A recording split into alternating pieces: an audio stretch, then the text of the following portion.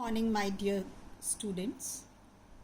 Please take out page number 98 of your English literature book. Today we are going to do a poem, Nature Trail. First I am going to explain the poem to you, and then I will recite the poem and show you how to do the recitation and practice it at home. Nature Trail is a poem written by a poet, Benjamin Jeffrey. He was a British poet, writer and playwright and has contributed to children's literature. His collection of children's poetry is very famous and has received praise from many. He has also written books for teenagers called Face, Refugee Boy and Teacher's Dead. His plays are regularly performed in several literature festivals, studios and on stages in London. Now, in this poem, the poet talks about his garden. He is very fond of his garden, and he finds that there are many creatures that are living in the poet's garden. The creatures that you find in the poet's garden are hedgehog, a frog, a lot of creepy crawlies, a baby daddy long legs, a snail, a family of wood lice, caterpillar and ladybirds.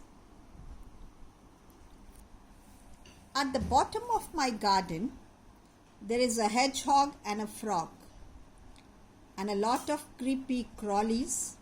Creepy means those which move very slowly on the ground, living underneath a log.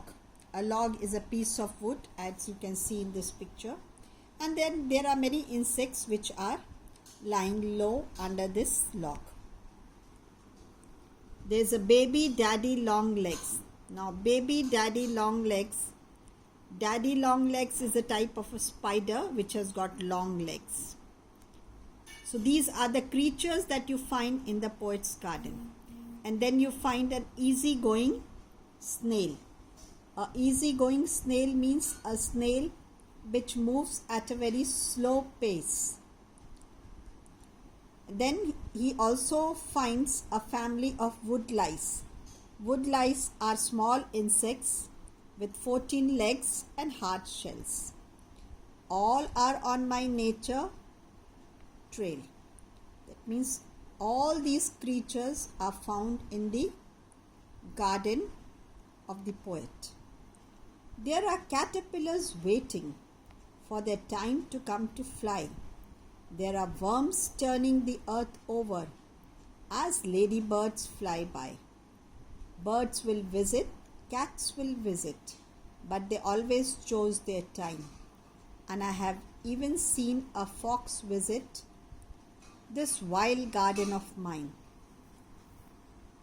He calls his garden wild as there are many animals living there, and many animals keep on visiting his garden from time to time.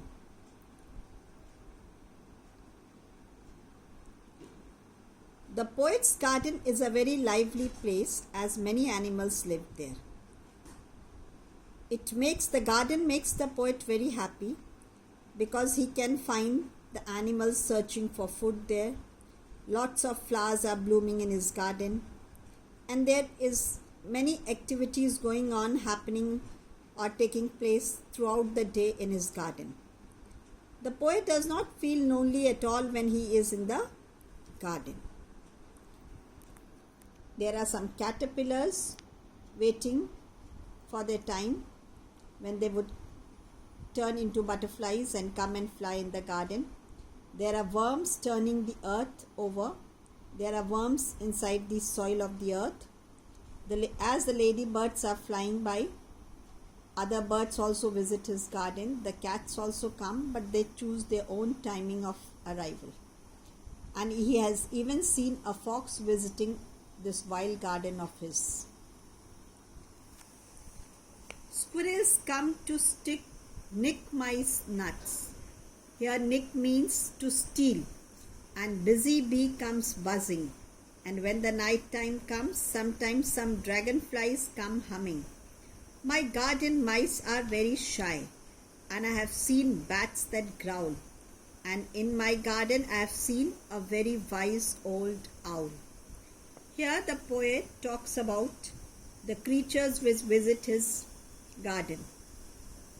Sometimes he sees the squirrels coming to steal the nuts in his garden. Then there are some busy bees which keep on moving in the garden. And at night he can hear some of the dragonflies are brightly colored insects which have got very transparent wings. The poet never finds the garden mice in his garden because they are very shy creatures. He has even seen the bats growling, and even an old owl was seen in his garden. My garden is a lively place. There's always something happening. His garden is a very happening place. That means it is full of activity and things keep on taking place now and often. There's this constant search for food. The animals keep on coming to his garden in search of food. He can see the flowers blooming, and he loves being in the garden, and he never feels alone when he is a garden. So the poet feels that everybody should have a garden of their own so that they don't feel lonely. This shows that the poet is very close to nature and appreciates nature a lot. I hope you have understood the poem. Now let's do the recitation. At the bottom of my garden, there's a hedgehog and a frog and a lot of creepy crawlies living underneath a log. There's a baby daddy long legs and an easy-going snail and a family of wood lice. All are on my nature trail. There are caterpillars waiting for the time to come to fly. There are worms turning the earth as ladybirds fly by. Birds will visit, cats will visit, but they always chose their time. And I have even seen a fox visit this wild garden of mine. Squirrels come to nick my nuts, and busy bee comes buzzing. And when the night time comes, sometimes some dragonflies come humming. My garden mice are very shy, and I have seen bats that growl. And in my garden I have seen a very wise old owl. My garden is a lovely place. My garden is a lively place. There's always something happening. There's this constant search for food, and then there's all that flowering. When you have a garden, you will never be alone, and I believe we all deserve a garden of our own. Thank you.